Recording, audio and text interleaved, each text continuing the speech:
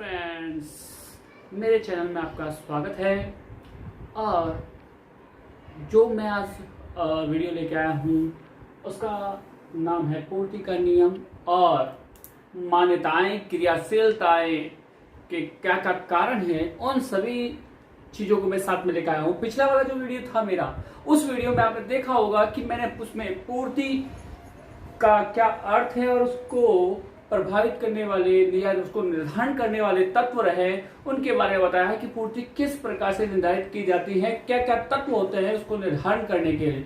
जो आज हम पढ़ेंगे पूर्ति का नियम और उसकी मान्यताएं, इस वीडियो को आपको अंत तक देखना आवश्यक है, क्योंकि मूल कारण क्या होता है कि किसी वीडियो को हमेशा निरंतर देखना या उसको अंत तक देखना अति आवश्यक रहता है कि जिससे कि उसका पूरी जानकारी प्राप्त हो सके। और जो भाई या जो व्यूजर है वो आज मुझसे जुड़े हैं, तो जिन्होंने मेरा चैनल सब्सक्राइब नहीं कर रखा है वो मेरे चैनल को सब्सक्राइब करें। और आज जो मैं लेने वाला टॉपिक हूँ पूर्ति का नियम और उनकी मान्यता है। देखिए, सबसे पहले तो मैंने कहा है पूर्ति का नियम हो या पूर्ति का अर्थ हो या पूर्ति की लोच हो, परिभाषाएं हमेशा एक ही रहती है। और जिस प्रकार से मांग में अन्य बातें स्थिर होती हैं, उसी प्रकार पूर्ति में भी अन्य बातें स्थिर रहेगी। अब वहां पर वही क्वेश्चन आप पूछ सकते हो कि सर अन्य बातों में क्या रहेगा। अन्य बातों में अन्य वस्तुएं हो सकती हैं, फैशन है, रुचि है, ये हो सकता है। ये क्या होनी चाहिए, हमेशा स्थिर रहनी चाहिए। यदि इनमें भी परिवर्तन होता है, वस्तु की कीमत में भी परिवर्तन होता है, तो ऐसी स्थिति में जो उपभोक्ता का पूर्ति मात्रा पर जो परिवर्तन होना चाहिए था वो नहीं हो पाता है, उसमें परिवर्तन हो जाता है। तो यहाँ जो परिभाषा निकल के आती है पूर्ति के नियम की, अन्य बातें समान रहे पर वस्तु की कीमत में परिवर्तन होने पर उत्पादक द्वारा उसकी पूर्ति की मात्रा में जो परिवर्तन किया जाता है वही पूर्ति का नियम कहलाता है। यानी अन्य बातें स्थिर है, यानी फैशन, रुचि, अन्य स्थानापन्न वस्तुएं, पूरक वस्तुएं, उपभोक्ता की आय, ये क्या हो, स्थिर रहे, उसमें किसी भी प्रकार का कोई परिवर्तन नहीं होना चाहिए। और उसके साथ साथ वस्तु की कीमत में परिवर्तन होने से एक उत्पादक के द्वारा अपनी पूर्ति की मात्रा में जो परिवर्तन किया जाता है वही पूर्ति का नियम कहलाता है। अब देखिए, यहां पर आपको क्या समझना होगा, क्या परिवर्तन होता है, कब उत्पादक को लाभ होता है। तो मैंने आपको बताया था कि मांग में उपभोक्ता जुड़ा हुआ होता है और पूर्ति में कौन जुड़ा होता है, उत्पादक। उपभोक्ता को लाभ कब होता है, जब वस्तुओं की कीमतें कम होती हैं, और उत्पादक को लाभ कब होता है, जब वस्तुओं की कीमतें अधिक होती है। यानी मांग और पूर्ति दोनों विपरीत चलते हैं, दोनों विपरीत चलते हैं।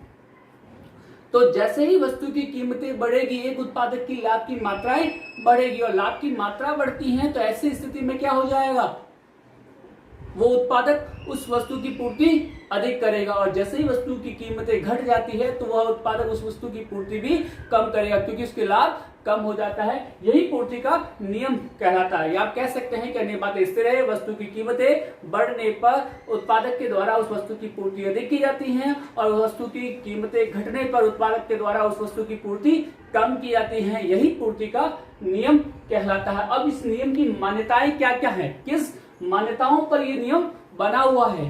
तो यहाँ प्रथम पॉइंट दे रखा है कि वस्तु विशेष के उत्पादन साधनों की पूर्ति और कीमत स्थिर है। देखिए, यहां जो कोई भी उत्पादन साधन होते हैं, उत्पादन के साधन होते हैं, उन साधनों में स्थिरता होनी चाहिए, उनकी कीमतें स्थिर होनी चाहिए, उनकी पूर्ति की मात्राएं स्थिर होनी चाहिए। अगर स्थिर नहीं होगी तो क्या होगा, वहां ये पूर्ति का नियम लागू नहीं होगा। जैसे मान लीजिए उत्पादन के साधनों की जो की पूर्ति है वो बढ़ जाए, क्या हो जाए, बढ़ जाएगी। जब पूर्ति बढ़ जाएगी, स्वतः बढ़ जाएगी पूर्ति, और या उसकी कीमतें बढ़ जाएगी तो क्या हो जाएगी, उत्पादन के साधनों की कीमतें बढ़ गई तो साधनों की कीमतें बढ़ने से लाभ की मात्रा कम हो जाएगी, और लाभ की मात्रा ही कम हो जाएगी तो कीमतें बढ़ने के साथ साथ लाभ की मात्रा भी कम हो जाएगी। लाभ की मात्रा कम हो जाएगी तो एक पूर्तिकर्ता या एक उत्पादकता वो क्या करेगा, उसकी पूर्ति भी कम करेगा, क्योंकि साधनों की लागतें बढ़ना, लाभ की मात्रा में कमी होना, और लाभ की मात्रा में कमी होना पूर्ति की मात्रा में कमी होना कहलाता है।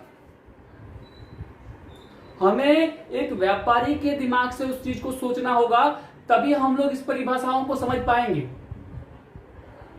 क्योंकि ऐसे जैसे मान लीजिए मैं किसी प्रोडक्ट का निर्माता हूं, मैं मैन्युफैक्चरिंग करता हूं चौधरी एंड ब्रांड नमकीन का, तो उसका मैन्युफैक्चरिंग करता हूं तो उसमें क्या हो जाएगा, मेरे साधन है, कच्चे माल है, उसका जो कीमतें बढ़ जाएगी। जब कीमतें बढ़ जाएगी, मार्केट में मेरी वस्तु की कीमत या नमकीन की रेट भी बढ़ी हुई है, लेकिन कच्चे माल की, उनके साधनों की कीमतें बढ़ गई, जिससे मेरा लाभ क्या हो गया, कम हो गया। जब लाभ कम हो गया तो मैं बाजार में उसकी पूर्ति भी क्या करूंगा, कम करूंगा, क्योंकि लाभ कम होने से उसकी पूर्ति भी कम हो जाती है। अतः रहता है कि उन साधनों, उत्पादन के साधन भी क्या हो, स्थिर हो, उसकी पूर्ति भी क्या हो, स्थिर हो, तभी ये नियम लागू हो पाएगा। सेकंड पॉइंट दे रखा है, वस्तु विशेष के उत्पादन की तकनीक स्थिर हो, यानी जो तकनीक हम उपयोग में ले रहे हैं उसी तकनीक का उपयोग किया जाना चाहिए, उसमें किसी भी प्रकार का कोई परिवर्तन नहीं होना चाहिए, क्योंकि उन्नत किस्म की तकनीक आती है तो ऐसी स्थिति में क्या होगा, वह न्यूनतम लागत पर अधिकतम उत्पादन करेगी।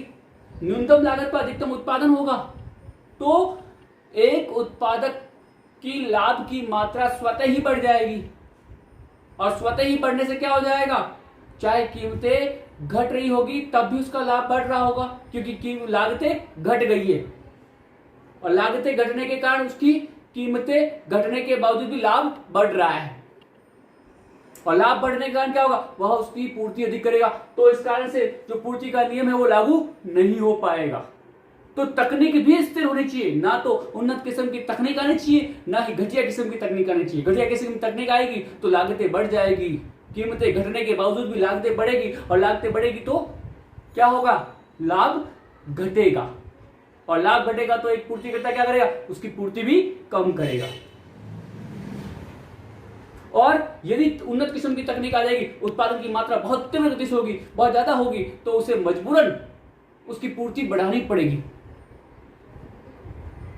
तो ये भी इसमें परिवर्तन नहीं होना चाहिए। सेकंड पॉइंट यहां क्लियर हो जाता है। थर्ड पॉइंट, फैशन और रुचि भी स्थिर होनी चाहिए। देखिए क्या होता है कि कीमत परिवर्तन के साथ साथ में फैशन और रुचि होती है, उसमें भी स्थिरता होनी चाहिए, क्योंकि कीमत का प्रभाव, इस कीमत को ये भी प्रभावित करते हैं।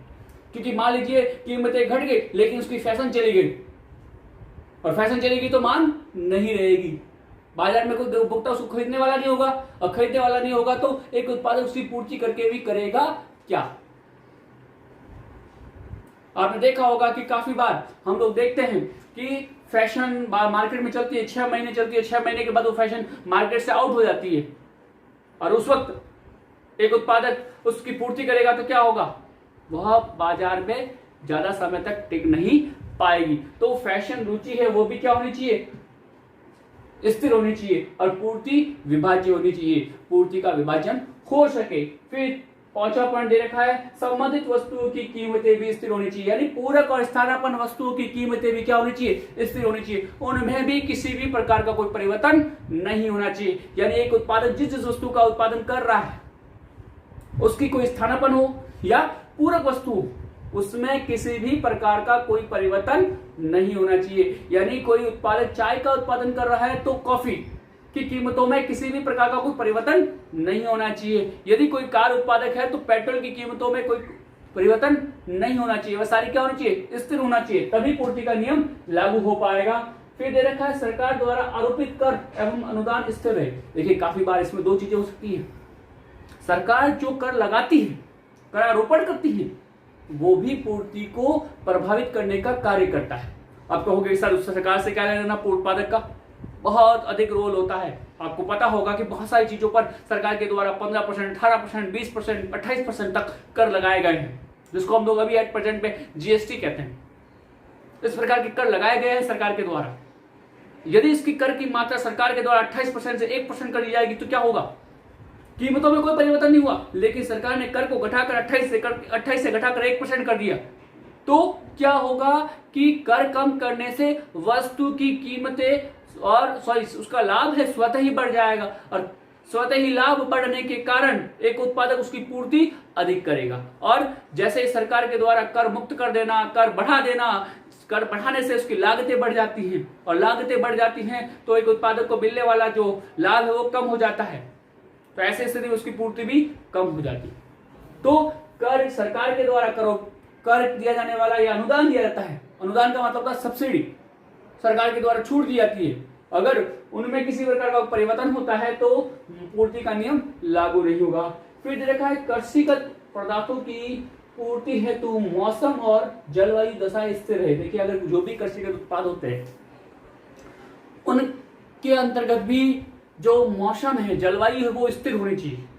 यदि जलवायु बिगड़ जाती है, उसका संतुलन नहीं रह पाता है, तो ऐसी स्थिति में वहां पर भी पूर्ति का नियम लागू नहीं होता है।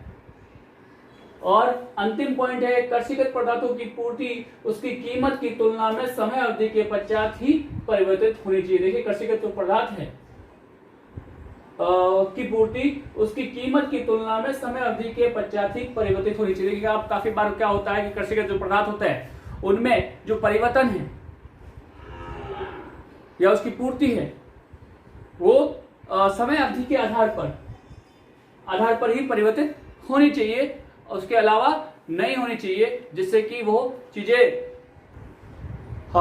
तो यहां पर इनमें भी कोई परिवर्तित नहीं होना चाहिए। इसी प्रकार आपको ये 8 के 8 पॉइंट समझ में आ गए होंगे। प्रथम पॉइंट जो मैंने बताया है, वस्तु विशेष के उत्पादन के साधनों और पूर्ति की मात्रा में किसी प्रकार कोई परिवर्तन नहीं होना चाहिए। साधनों की जो कीमतें हैं वो स्थिर रहे। फिर वस्तु विशेष के उत्पादन की तकनीक में कोई परिवर्तन नहीं होना चाहिए, उच्च तकनीकी या निम्न तकनीकी का उपयोग नहीं होना चाहिए, वह भी स्थिर होनी चाहिए। फैशन रुचि में स्थिरता होनी चाहिए, पूर्ति विभाजित हो तो उसका विभाजन किया जा सके, फिर संबंधित वस्तुओं भी स्थिर होनी चाहिए, फिर सरकार के द्वारा करारोपण नहीं होना चाहिए, मौसम जलवायु में परिवर्तन नहीं होना चाहिए, समय अवधि के आधार पर के पश्चात ही उसका निर्धारण होना चाहिए। ये 8 के 8 पॉइंट आपको याद हो जाने चाहिए, ठीक है। हाँ, तो अब यहाँ मान्यताएं हो गई है और अब आती है पूर्ति के नियम की क्रियाशीलता के कारण। देखिए पूर्ति का जब नियम क्रियाशील हो जाता है तो उस वक्त क्या कारण होते हैं उसकी क्रियाशीलता के, उसमें पहला पॉइंट दे रखा है, ऊंची कीमतों पर लाभ अधिक करने के लिए फर्में अधिक मात्रा में उत्पादन करने का प्रयास करती है। देखिए जब कीमतें अधिक होती है तो ऐसी स्थिति में उसके लाभ की मात्राएं अधिक हो जाती है और उस लाभ को अधिक बढ़ाने के लिए वो क्या करती है, उसकी पूर्ति भी क्या करती है, अधिक करना प्रारंभ कर देती है। तो ये चीजें स्वाभाविक है, व्यवहारिक जीवन में भी ऐसा ही होता है। जब लाभ अधिक हो रहा होता है तो हमेशा उत्पादक उसकी पूर्ति की मात्रा में क्या करेगा, वृद्धि करेगा, अधिक से अधिक माल को बेचेगा जैसे उसका लाभ और अधिक हो सके। तो प्रथम पॉइंट, ऊंची कीमतों पर अधिक पूर्ति की मात्रा बढ़ाना। फिर सेकंड देखा है, ऊंची बाजार कीमतों पर नए उत्पादकों का आगमन। देखिए जब बाजार में किसी वस्तु की कीमतें अधिक होती है तो प्रत्येक उत्पादक को लगता है कि बाजार में इस वस्तु पर लाभ की कमाई है वो क्या होगी, अधिक होगी। तो नए नए उत्पादक बाजार में आएंगे और उस वस्तु का निर्माण करना प्रारंभ कर देंगे, क्योंकि जहां, जैसे उदाहरण देता ना, जहां गुड़ होगा वहां मक्खियां होगी, कीड़ियां होगी। उसी प्रकार जहां लाभ अधिक होगा वहां उत्पादक भी अधिक होंगे और लाभ के कारण नए नए उत्पादक है उसकी और उस व्यवसाय की ओर आकर्षित होंगे और आकर्षित होकर उसके व्यवसाय में अपनी भूमिका की मात्रा में वृद्धि करेंगे। तो यहाँ ऊंची बाजार दरों के अंदर ऊंची कीमतों के लेकर नए उत्पादकों का आगमन होगा। फिर दे रखा दीर्घ काल में सभी उत्पादन साधनों की पूर्ति परिवर्तनशील होती है। देखिए जब समय अवधि अधिक होगी तो ऐसी स्थिति में उत्पादक के जितने साधन हो, चाहे वो स्थिर साधन हो चाहे परिवर्तनशील साधन हो, उन सभी साधनों में क्या किया जा सकता है, परिवर्तन किया जा सकता है और अपनी पूर्ति की मात्रा में आसानी से वृद्धि या कमी की जा सकती है। तो इस प्रकार ये तीनों पॉइंट आपके यहाँ पर क्लियर हो जाते हैं कि पहला, जब लाभ अधिक होगा तो पूर्ति अधिक होगी और जब बाजार में कीमतें अधिक होगी तो फर्मों और उत्पादकों का आगमन भी अधिक होगा और जब दीर्घकालीन समय अवधि अधिक होगी तो सभी साधनों में परिवर्तन किया जा सकता है और पूर्ति की मात्रा में भी कमी और वृद्धि की जा सकती है। तो इस प्रकार यहाँ आपका ये टॉपिक समाप्त हो जाता है और यदि आपको मेरा वीडियो पसंद आया है तो प्लीज इस वीडियो को लाइक और सब्सक्राइब करना ना भूलें और इस वीडियो से संबंधित आपका कोई भी कमेंट्स हो तो प्लीज आप कमेंट्स बॉक्स में कमेंट्स अवश्य करें।